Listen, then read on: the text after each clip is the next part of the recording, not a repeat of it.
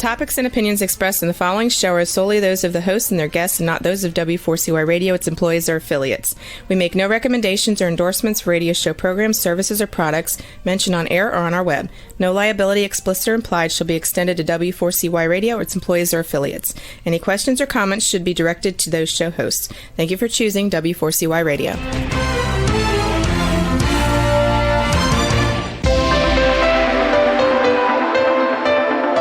Churchill said, "Those who fail to learn from history are condemned to repeat it." Kevin Hallinan believes that certainly applies to business.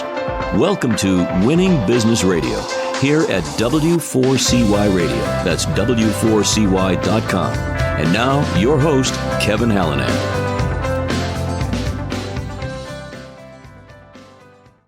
Thanks for joining in again today. I'm Kevin Hallinan, and welcome back to Winning Business TV and Radio on W4CY.com, streaming live on Talk4TV.com, in addition to Facebook at Winning Business Radio, as well as, of course, we're available in podcast after the live show on tons of outlets, including YouTube, iHeartRadio, Spotify, Apple, pretty much wherever you listen to your favorite podcasts. The mission of this show, Winning Business Radio and TV, as regular listeners and viewers know, is to offer insights and advice to help people avoid the mistakes of others, right? To learn best practices, the how-tos, the what-tos, the what-not-tos, to be challenged and certainly to be inspired by the successes of others. But, you know, as I say every week, virtually every successful person I've ever had a chance to talk to has had some form of failure in their lives and careers. So while we all have to get our knees skinned once in a while, I'm driven to keep those scrapes from needing major surgery. Let's endeavor to learn from history, our own usually, so we don't have to repeat it. Today, my guest is Jon Kowanetz, founder and principal of Pathways Coaching and Consulting, public speaker, and author of Life Without Crutches. Here's his bio. Jon Kowanetz is the lead pathfinder for Pathways Coaching and Consulting. He works with business owners and individuals who want to grow past where they are. He helps them recapture the enjoyment and confidence that they'll succeed after many have approached, if not experienced, burnout. Jon is a born entrepreneur, having tested out many of his ideas and inventions during the first 2 decades of his life. His first official business began in the 2-car garage of his Mesa, Arizona home when he launched Handcrafted Car Audio in July of 2007. As Jon tells it, back then he had absolutely no idea what it would take to grow a business or where that path might lead him. All he knew was that he loved the work and it had become his passion and livelihood over the past 7 years, and he wanted to do it on his own for his community in a way that nobody else was. And it was that drive to be unique, to be the best, and to serve others that fueled the slow and steady growth that created a solid foundation upon which he built a multiple award-winning business over that next 15 years before selling it profitably in August of 2022. Handcrafted was profitable in 14 of those 15 years, 9 of which saw more than a 10% year-over-year net profit increase, provided for the families of some of the best in the industry, touted a near 5-star rating on every platform, and was proudly described by many clients as not the cheapest, but the best in the valley. However, it was the lessons that he learned during that time that were more important, setting a business up for success from the start with proper policies and procedures, empowering employees to operate with autonomy, achieving company goals their own way, but within a defined framework. Lessons about the efficacy of properly qualifying new customers, ensuring that their problems were solved satisfactorily and for a price that's fair to both parties. At last, but far from least, the critical lessons of taking the time to organize the books, optimize net profit, and leverage both tangible and intangible assets to maximize the overall value of the business. But the story goes on. Jon had business success, but had become emotionally disconnected, overweight, and hungover, and found himself reading divorce papers that he had just been served.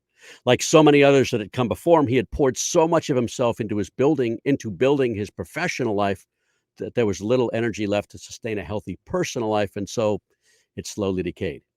In the years that have passed since then, he's lost and kept off the extra 60 pounds that his bad habits had kept on for so long. He worked with family, therapists, and AA to figure out why he had been turning to alcohol to solve life problems in the first place. He's rebuilt relationships with his daughter, family, and friends that had withered through disconnection. Jon's a father of one, a lover of music, a climber of mountains, a speaker and writer.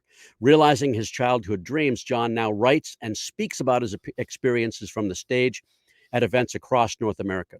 combining decades of professional retail sales and customer service experience with self-tested methods for personal improvement and an undying dream to be a rock star. Love that. Jon's engagements are educational, enlightening, entertaining, and empowering, leaving attendees wanting and able to change their professional and personal lives. I met Jon while I was speaking at an industry event. He was as well. And in fact, some of you may recall that I had Jon on this program as a guest back in the fall of 2019. We had a really good conversation, which some of you may want to go back and listen to. Since the writing of his book, Life Without Crutches, I wanted to give him the opportunity to tell us about his life and journey and the lessons that caused him to share his compelling and deeply personal story. Jon, welcome back to Winning Business Radio, now Winning Business TV as well. Thank you, man. That was awesome. I was just sitting there like listening to you recite that whole thing, and it was very powerful and invigorating and reaffirming, for a lot of things I've been thinking about lately and a lot of things that I've been doing. So, well, I'm glad. I tweaked it slightly, but everything's true. I noticed, but hey, that's all good. I think that you know me well enough to be able to do something like that, and it's all good. All right, so let's get some background. Tell everybody where you grew up. Where I grew up? Yep. Gilbert, Arizona. Gilbert, Arizona. And yeah, it's just a suburb of Phoenix. Okay. And how did you get into the 12-volt industry, or car audio, as we like to call it, for listeners to understand and viewers to understand? How'd you get into that business, and how did it become a passion? I mean, I got into the business because I got my first car when I was about 15 years old.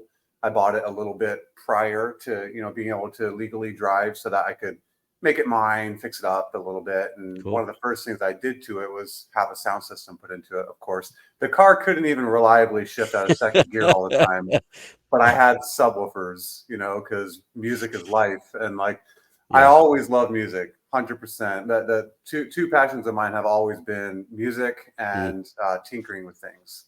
I was that kid that would take things apart just to see how they work, So I got music, I got subwoofers in the car, and then when I had to get rid of that car because it eventually didn't go into second gear at all, I removed that stuff from the vehicle myself, installed it in my next vehicle, and realized I can do this. And then I started doing it for friends and family. And next thing you know, I got a job at a local shop in town when I was a teenager, and just kind of took off from there. I got more my position grew from there, from an entry-level installer to a full-time installer to a supervisor, manager, and I worked as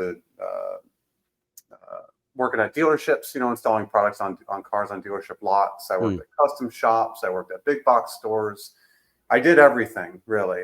Every role that you could really imagine in the industry, I did. And then I would say that my passion for it was never about cars. I'm not a car person. I don't really care about cars very much. It was about music. It was about the fabrication. It was about the difficulty of making it all come together and recreating good, high quality music in a difficult environment like a car. But the real passion for it really came when I started Handcrafted in 2007, because then it was not only am I using all of my skills to recreate music in a car and overcome the challenges that entails, now I'm using all of my skills to build a business that does that and all the challenges that entails. And that's really where the passion came into play, for sure. And I've seen a couple of them. Your company, Handcrafted, became an award-winning retail shop. Tell us about how it felt to achieve that level of success, and then you ended up selling that business, and tell us the why behind that. Well, how long you got? We have an hour. No, we got. I know. There's a lot to talk about. There's a lot to unpack, sure. And I want to get through as much of it as we can. But I'll be brief. I'll be brief. So the awards, what it felt like to win the awards, pretty incredible. We won several over the course of the 15 years that we were in business. The first one was very meaningful for me. That was an award called Installer of the Year. It was very meaningful for me because I won that and was awarded that at a show that I wasn't able to be present for because my daughter had just recently been born and she had to have open heart surgery when she was 7 days old. So actually, the night of the award ceremony was the night before her surgery. So there was no way I was going to go to the award ceremony. So one of my friends named Todd, who recently passed away, accepted the award on my behalf. So it was really, really touching. And it one of those things that came at a moment when like I really needed a boost, Yeah. So that was really good. We won Retailer of the Year, which was really important to me. That one was 3 years later in 2013. That was really important to me because that was like a team effort. That was like all of us, what we built, what we did. We won an award for most improved location, which was great because we did a lot of work to make that happen. So the awards, there were some other ones. The awards were a really nice, well-timed. Every single time it was like a well-timed award to show, hey, you're doing something good, and we as an industry recognize that you're doing something good, and we want to show you, that that's the case. So it was powerful. I still have them. I have the awards up in my office, and I display them proudly. So what was behind the successful, I might add, sale of your company?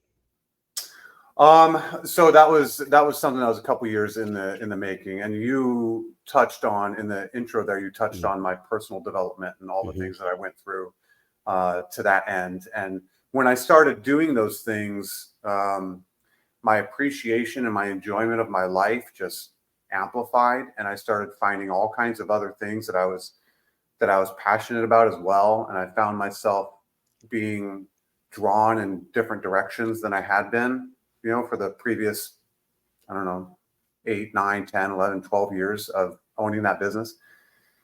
And it came to a point where I had the thought for a good couple of years that like, I think it's time to get out of this. I think it's time to do something else. I want to try something new. I had been doing car audio for like half my life. Yeah. By the time I sold that business. So when I eventually did, it was a mixture of wanting to move on to something else, the timing being right, finding a buyer. And it just was one of those things where it was like, I remember thinking about it and trying to decide, is this what I want to do? And I remember thinking there's a fork in the road, there's two paths that I can take from here. One is either continue on with this business the way that I have been. The other one is to go on into something that I don't even know what it is yet. I don't know where that leads. But one thing I know for sure is that continuing on with this business that I'm in now is not going to get me to where I want to be. Right. So once I came to that conclusion, it was a pretty easy decision to go forward.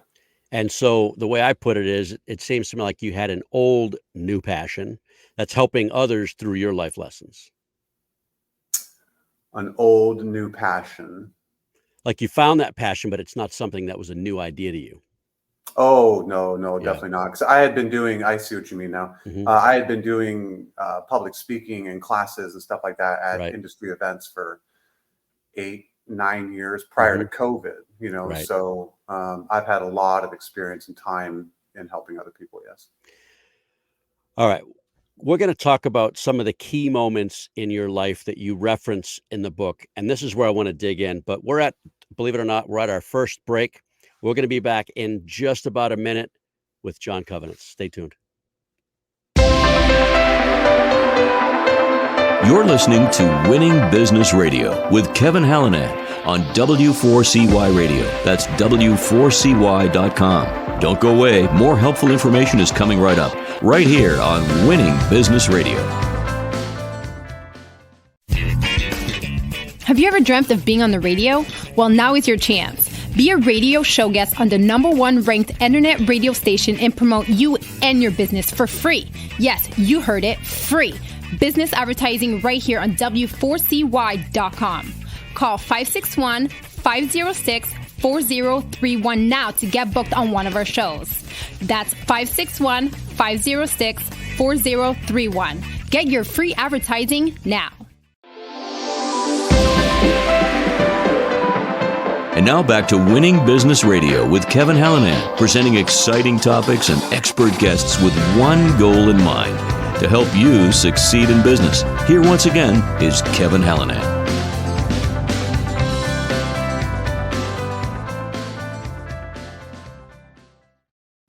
We're back with Jon Kowanetz. The book is Life Without Crutches. First, Jon, where's this book available?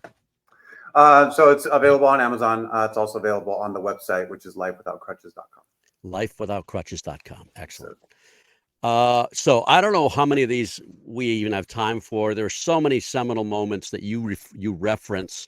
Your parents' divorce, being a 12-year-old seeking approval from, as you call it, the bad kids, the family reunion on Long Island, upping the ante when you got home, the house parties. I mean, there's just so much stuff that to you felt it strongly enough to write about it, and it's pretty compelling. Take us through some of that. In terms of how. And by the way, I don't want to dramatize the negative stuff. Oh, I want to talk fine. about It all belongs. It all fits. It's your story. So take us through some of those most important moments that people will read when they get the book. And some of the most important moments in terms of how they contributed to where that path led to. Right. I mean, I think the most important aspect of all of it was the underlying current of what each one of those, the itch that each one of those events scratched, which was that underlying need for to be noticed, acceptance, approval, all that type of stuff. And that really was one of the beautiful things about going through all of that and doing the therapy and going through AA and all that type of stuff is the way that it really requires you to really dig in deep to who you are and what happened and where that came from. And one of the things that I really realized after going through all of that is just the effect that you noted on my parents' divorce. And it's something so common, right? So many of us go through that. Right. And I think one of the major delineating factors in the effect that has one way or the other on the kids of divorce is how well it is explained to them. And so for me, being so young, I was only 7 years old, and when it happened, there wasn't the ability within my family to have that kind of conversation. And you talked about some of the confusion that you experienced. Yeah. So, you don't know. All you know is your family is now separated, and you don't know why. No one ever had the ability to explain, here's what happened and here's why it happened, and so that I could make sense of it. So then you kind of draw your own conclusions, and what anybody will tell you is that a child of divorce, especially a very young child of divorce, is always going to assume it's because of them. And as I grew, as I got older, and I remember events in my life that made me feel at that time, I've got a different perspective on it now, but at that time made me feel that I'm not good enough unless I'm something more than what I am. So there was always this desire to be something more than what I am, to get this approval that I had been lacking. So whether that was, like I said in the book, like starting smoking with the bad kids, or like throwing the parties at my house, like my mom was a single mom. She was working herself day and night to keep us in that house. And there I was throwing these like wild parties because to me, what that was all the other kids thought that I was cool because I was able to give them this place where they could hang out and have a good time and whatever. So it just fed that need, and it scratched that itch of like, finally you're getting the attention and approval that you were looking for before. All the while you're having other success, right? But you weren't healthy, you weren't satisfied, you weren't whole on the inside. How did because you talk about it, how did you got arrested for a DUI? Yes. Right. Talk about the impact that had with regard to your parents. So that happened when I was 23. By the way, at 23, you were making really good money. You had a good job. You were a homeowner. Yes, I was. Yeah. So I had moved out of my parents' house pretty shortly after becoming an adult. I'm fortunate in that I was always able to command a high wage, for my skills. So I was grateful in being able to do that and being able to move out and start my life and buy a house and all that type of stuff. And I was led by smart people to make those kinds of decisions. So very grateful for that. But yeah, I had a lot of really good things going on. And I was building a lot of stuff and things seemed to be going very, very well. But there was still that having spent all of my teenage years, the event that you referenced in Long Island at my grandparents' house, that happened when I was 13, right? So my first drink ever was when I was 13. And from then on, it just kind of became a regular thing to where it was like, this is just how you live. This is just how you navigate life. Mm-hmm. It wasn't a question of, oh, I'm having a bad day, or, oh, something happened. I need a conscious decision to, you know what, I'm just going to have a drink. It was just what I just did. It became Mm-hmm. normal. Mm-hmm.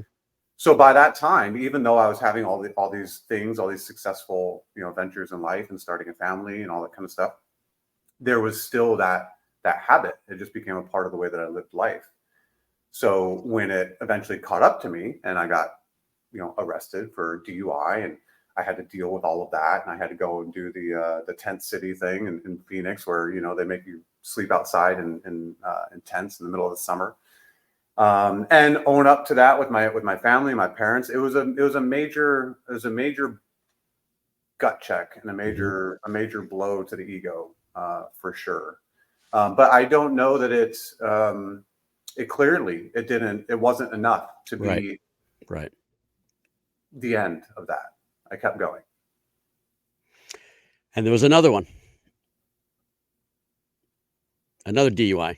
Oh, so that one actually was the second one. That's the second one. Okay. Yeah, when I was 23, that was the second one. The first one was when I was a teenager. That one was wow, we're really going back here.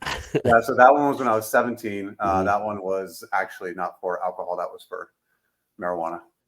Okay. Yeah, but that one did have a very big impact between me and my parents, because that was when I was a teenager. That was when I was still living at home, and that was one of those moments where, from that point on, that did draw a line in the sand, and I had never done drugs ever again from there, because it was like this moment where I realized this is where this type of behavior leads you. And when you do these things that are dangerous and careless about not only yourself and your other people, this is where you end up. But also, this is the effect it has on other people, to see the way that it affected my parents and my siblings and everything like that. But what I always thought was very interesting, and I wrote about in the book as well, is that it was easy to come to that conclusion about something so, back then, illegal as drugs, but alcohol is a different thing, because of the way alcohol is so readily accessible and celebrated and legal. It's just normal. Like, right, normal. It's like, if you go out and you don't drink, it's almost weird in some ways, and it's just so easily accessible. So it was interesting to me when I stopped, and once I did quit, I stopped and I looked back on those times in my life as I was writing the book. I remember coming to the realization, like, this is so strange that at 17, when I got caught driving while stoned, and I went through all that, I was like, well, I'm done with that. Never doing that again. But alcohol, nope. That just wasn't the same thing. And it was just a very interesting juxtaposition. So you mentioned that some of these events, they certainly shaped who you are. But to your point just now, they weren't some of these, what others might consider rock bottom events, or certainly negative events, didn't change the negative behavior that you had continued in, right? As you described it. You purchased now your another home, new girlfriend became your wife, baby girl, and as you mentioned, open heart surgery. No one's fault, just a abnormality, right? And she's flourishing today. I know that because I've talked to you. But you found that you were numbing your emotions and your pain. You got to the point where your marriage was failing. And divorce, and a realization that things needed to change. Take us to that moment. Yeah, so it's like I've come to realize, and one of the things that I talk a lot about in my I do a class at industry events called Cast Off the Crutches, and it's a play on the words of the book, obviously, and the intention there is to share my story and then to help people to identify what their own struggles are and their own bad habits and behaviors that they want to overcome, and then share with them the steps that I took to do it, to try to, help them overcome their own bad habits and behaviors. Right. So what I've learned in having done that is that more times than not, you have to, we learn the biggest lessons from our biggest losses, and the most pain.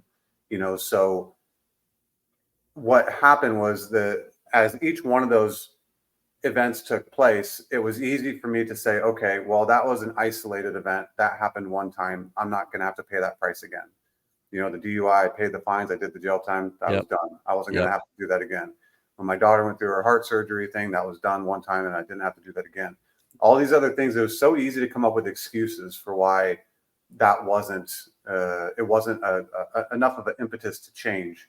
But when somebody looks at you and says, you are not good enough anymore, and I don't want you in my life anymore, and I am going to legally separate myself from you, and in doing so, you're losing the house, that you lived in, you're losing half the time that you get to spend with your daughter, you're losing all these different things.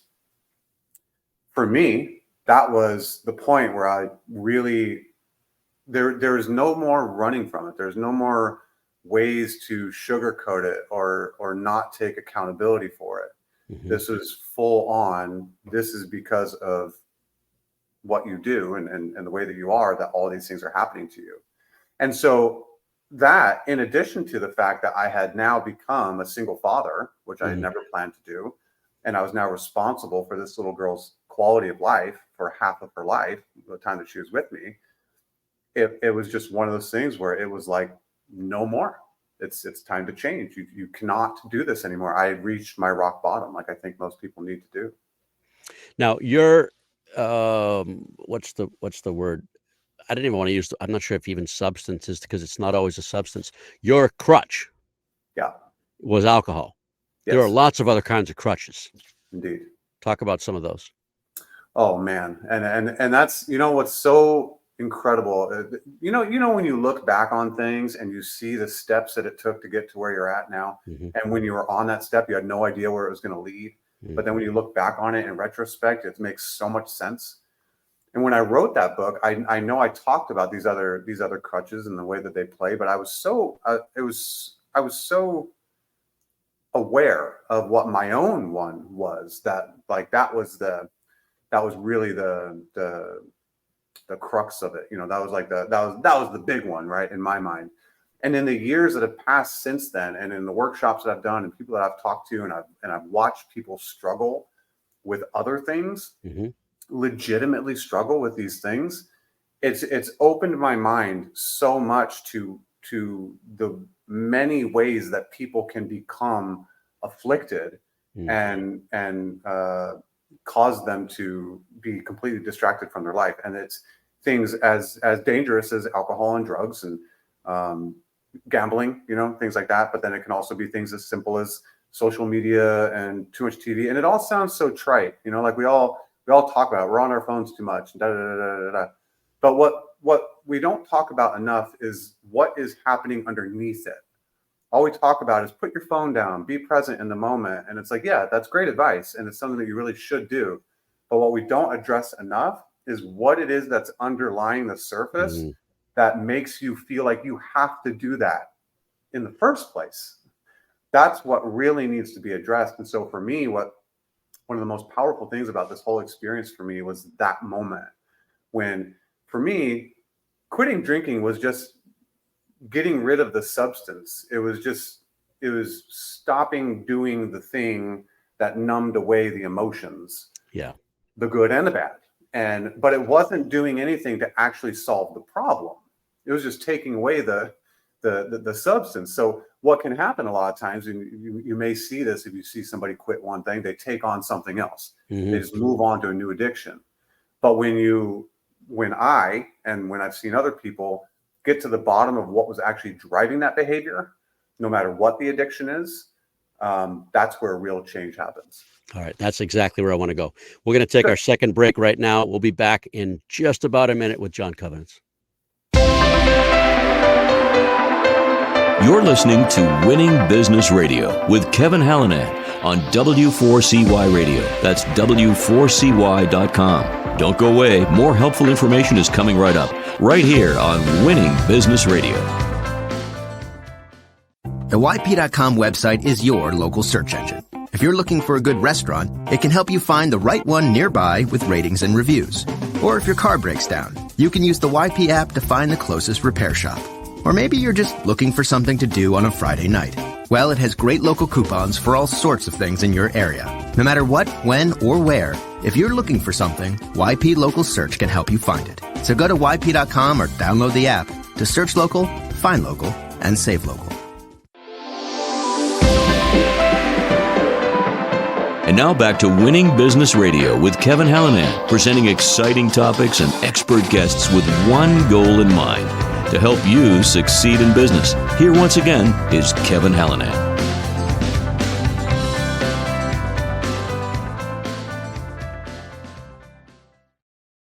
Okay, we're back with Jon Kowanetz, author of Life Without Crutches. Also, I love this, by the way, lead pathfinder for Pathways Coaching and Consulting. Touch on your consulting company, your coaching and consulting company. Oh man, that is again, I was talking about. It wasn't really a play on words. It's just this is just a part of me, right? When I was talking about the path that leads you to where you are now, it's just so like. Coming to that was just a natural evolution of me, I think, because I had been doing the public speaking, like I was talking about before, and doing the classes at industry events for a long time, before selling my business, before selling my first business. And so when I was thinking about what I wanted to do next, I knew that what I wanted to do was something that I could do anywhere, right? And I wanted to be able to do something that had more of a direct impact on other people and the quality of their lives. Because I didn't feel like, I loved installing audio systems and everything that we did at Handcrafted, but I just wanted to do something that I felt left a better legacy, I guess, maybe is a way of saying.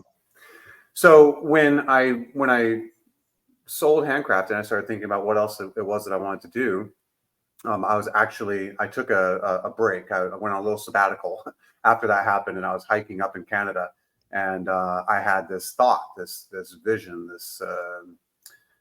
I was led to see what it was that I was supposed to be doing. And for me, it was always trying to help other people, in those classes and in the public speaking. I love getting up there. I love talking to people. I love sharing my experiences.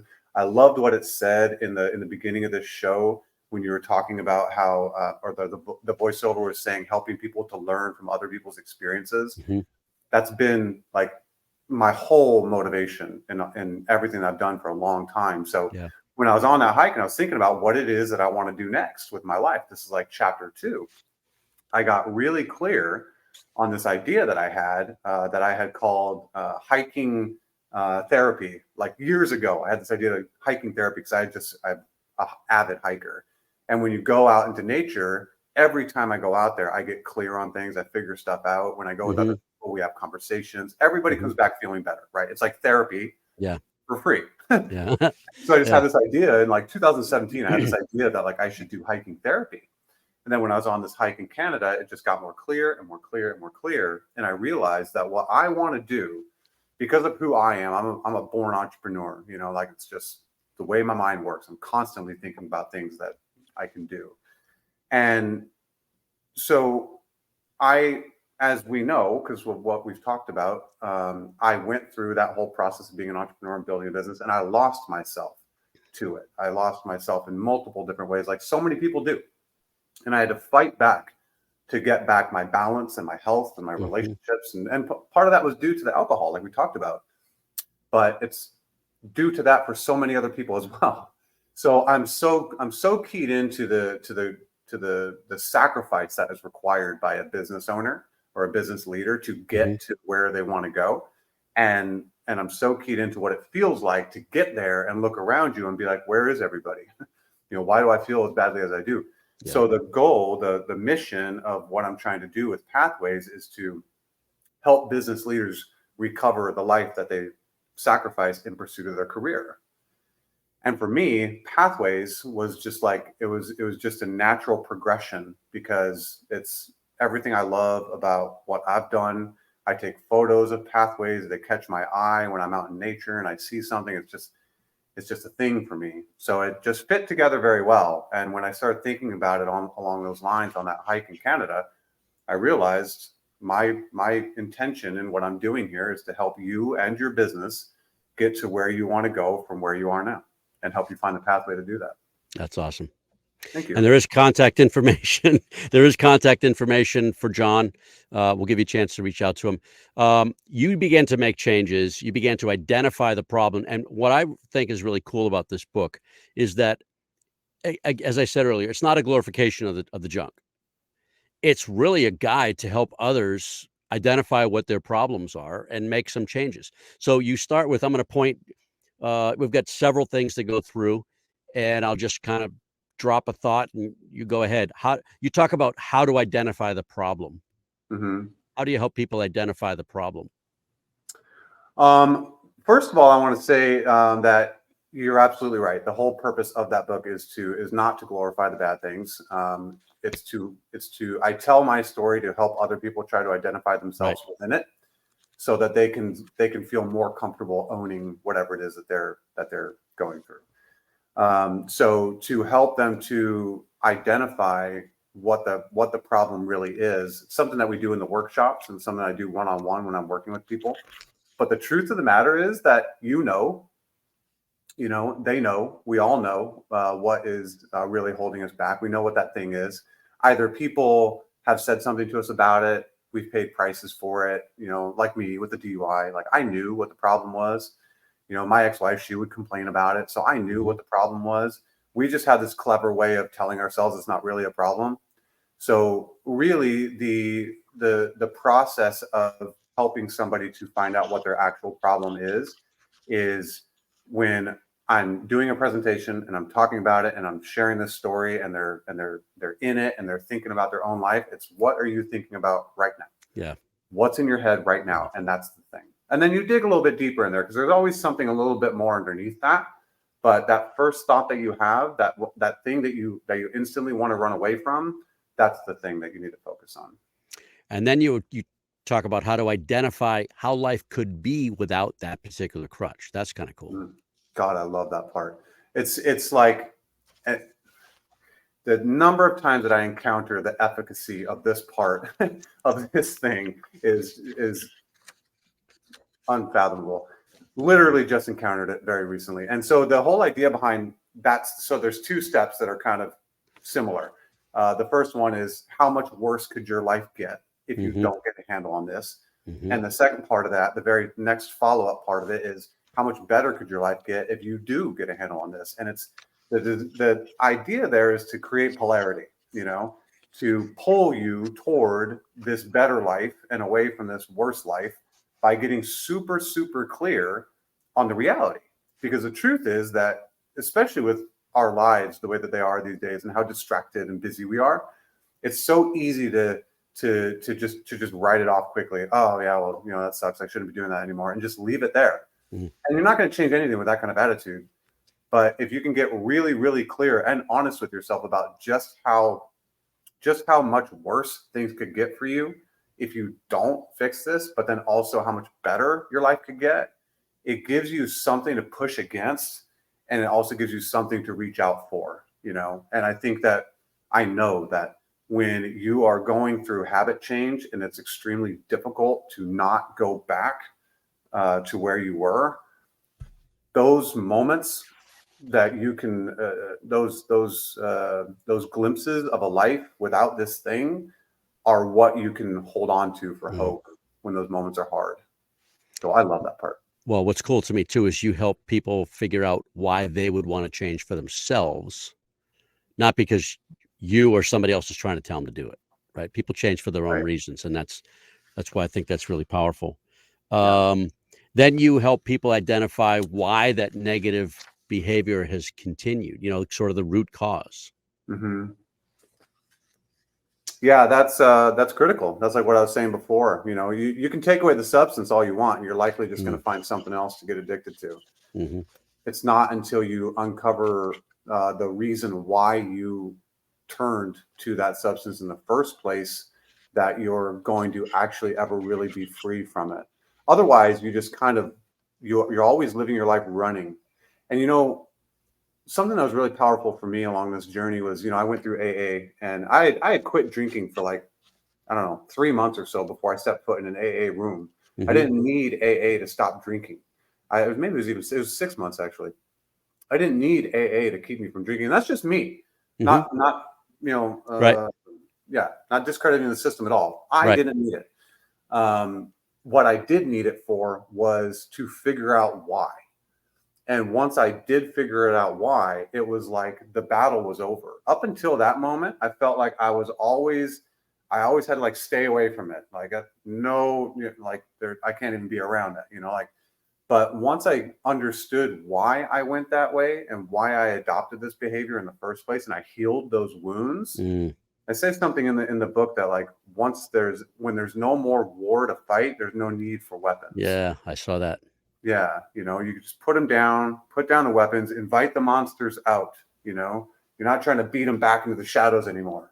You invite them out, bring them out into the light, see them for what they are, make peace with it, accept all those parts about yourself. And once there's no monster to be afraid of anymore, then that's powerful. Thank you. All right, next, how to find the strength. This is, to me, really important. How to find the strength to make that decision.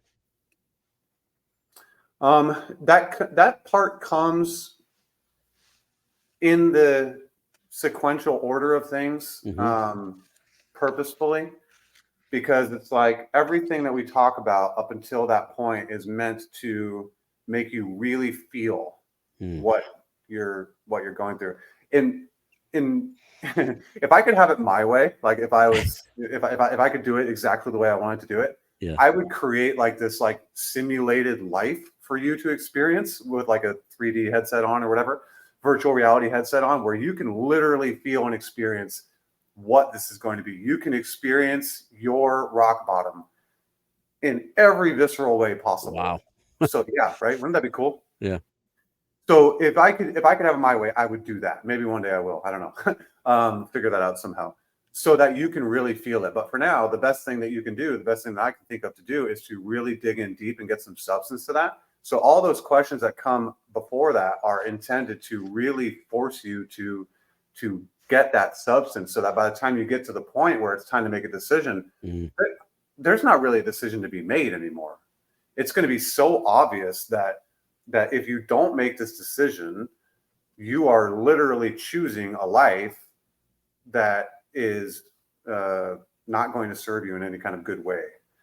So that's really the biggest part of it. And then if you can't, if even that's not enough, honestly, and it's just the truth in my own experience and the experience of witnessing other people, you're just plain not ready yet, and you have to hurt more.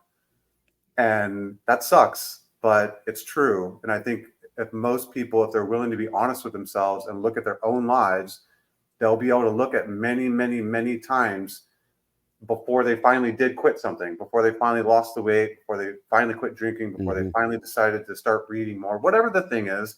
There were many times before then that they knew they should have done it, but they didn't do it until the point when it hurt them enough to say never again. So if you're not ready to make the change yet, after going through all of that stuff, you just need to hurt some more, and then you'll be there. That is right. I think you're right. There, right. Right.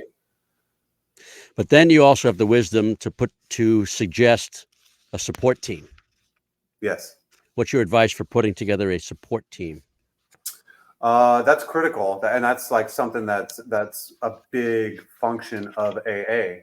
For people to be there and support you along your journey to sobriety.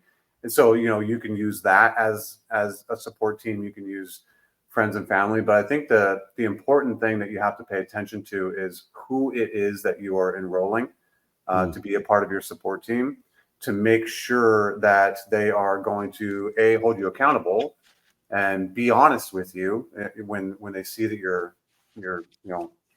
messing up or not living the way that you said that you wanted to live, but then also that they are living in a way that you aspire to or admire in some kind of way. Should be somebody that is at a place that you want to get to, so that when you interact with them, they can see how they can help you and you can see how you want to get to where they're at. But the most important thing is that we can't do this alone. You know, we can't. We're not meant to do much of anything alone long term. You know, we're tribal people. You know, we're meant to be in herds. You know, and stuff. And we have some things that we have to do on our own, and it's a very healthy thing to be able to be alone. But there's some things that you need other people for, and you should have other people for. And this is definitely one of them. There's a lot of work that needs to be done introspectively, you know, but times when you're feeling weak or you're feeling stressed or like you need a hand, that's when these people that you've chosen ahead of time are the ones that you can reach out to and say, hey, man, I'm not doing well. You said you're going to be there for me. And it's so important with so many of these things, the support team, the boundaries, the substitutions. You have to create these things ahead of time when you're in a good mindset, right after you've made the decision that, yes, I'm going to make the change. You're feeling all good, because we all know life is life, and there's going to come a time when you're not feeling good, sooner than later. And it's going to test you. It's going to make you wonder, can I stick to this? And in those moments of weakness is when you are when you're going to be tempted to go back to the path of least resistance for relief. And for your brain, that's going to be alcohol, drugs, TV, Facebook, porn, whatever the thing is, to take your mind away from what hurts. But if you've done the work ahead of time and you've said, when this happens, I'm going to do this instead, you at least have a chance because you've made a plan for what you're going to do when that happens. And then even if you do fail, I just went through this, and my advice was, it's not a failure. It's just a data point. People look at setbacks and going out and lapses and whatever as like, well, clock restarts. Right. I noticed you said that. Right. Yeah, I failed. No, you didn't. No, you didn't. You got another data point that shows you that when I'm in these circumstances, when I'm feeling this way, here's what I do. Now you can create more substitutions and boundaries around that. Well, interesting. We have about a minute. Talk about some healthy substitutions and boundaries. I mean, it depends on what your thing is, you know, like if it's a diet thing, you know, like I had that too. I ate incredibly unhealthy. So instead of having like a bag of candy on my toolbox at work, I would have a bag of almonds or something to that effect. Or if it's a sedentary lifestyle, then your substitution is, you know, deactivate your Facebook, Netflix or whatever the thing is. It's about identifying the things that are going to be a problem for you ahead of time and creating a plan to not have them become that problem for you. So for me, it was like, I wouldn't hang out with certain people for a while I was, you know, learning to get sober, or I wouldn't go to certain places because it was just going to be an unnecessary trigger for me. So I think about the opposite, right, of what your thing is, and let that be the thing you go to. Something healthy. You know what's healthy. We all know what's healthy, you know. You don't need to be told that. This is very good. Last question. Who, and you can look at this from two perspectives, one perspective or the other or both. Who in the listening and viewing audiences should reach out to you and why? Who in these listening and viewing audiences should reach out to you and why? Oh, gotcha. So like, I guess who is a good fit for Pathways if they want to, right? Okay. Well, like I said before, the mission statement of Pathways is to help business leaders recover the life that they sacrifice in pursuit of their career. So the person who my particular skill set and experience is most set up to help are business owners, business leaders who've given everything that they've got to create this business or this career that they are succeeding in, and it's doing well or to some degree, you know, it's okay. But they've recognized that they've lost quality of life. They're not happy in this area. They're not happy in that area. Because what I do is a two-pronged approach. There's the personal development side and the professional development side. So I work with you as an individual to help you to overcome whatever your self-limiting beliefs are, your habits, your behaviors, all these things that are holding you back from being the most effective person in your personal life and your professional life. But then I also have a whole other side of the business that works on the business itself, how to be more profitable, less costly, more effective, more valuable, if you ever want to sell it one day, that type of thing. So you work on both of those separately, and then when they come together in the business, they can get to where they want to go. So the right person for me is somebody who is a business leader has given a lot to where they're at, and they want to get further. They have goals of where they want to reach, and they're having a hard time reaching those because of personal and professional reasons. Cool. You've seen the contact information, Jon. We are out of time, sadly. This has been really cool. The book is Life Without Crutches, available on Amazon. Jon Kowanetz is the author. He's a lot more than the book, but get the book.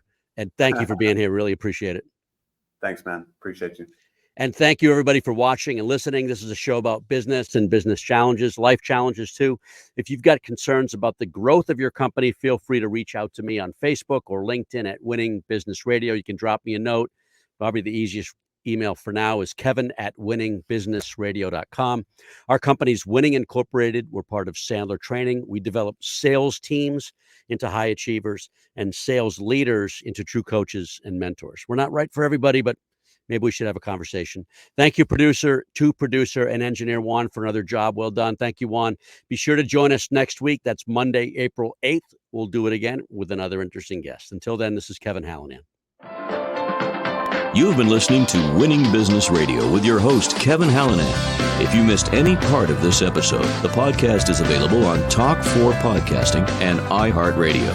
For more information and questions, go to winningbusinessradio.com or check us out on social media. Tune in again next week and every Monday at 4 p.m. Eastern Time to listen live to Winning Business Radio on W4CY Radio, W4CY.com.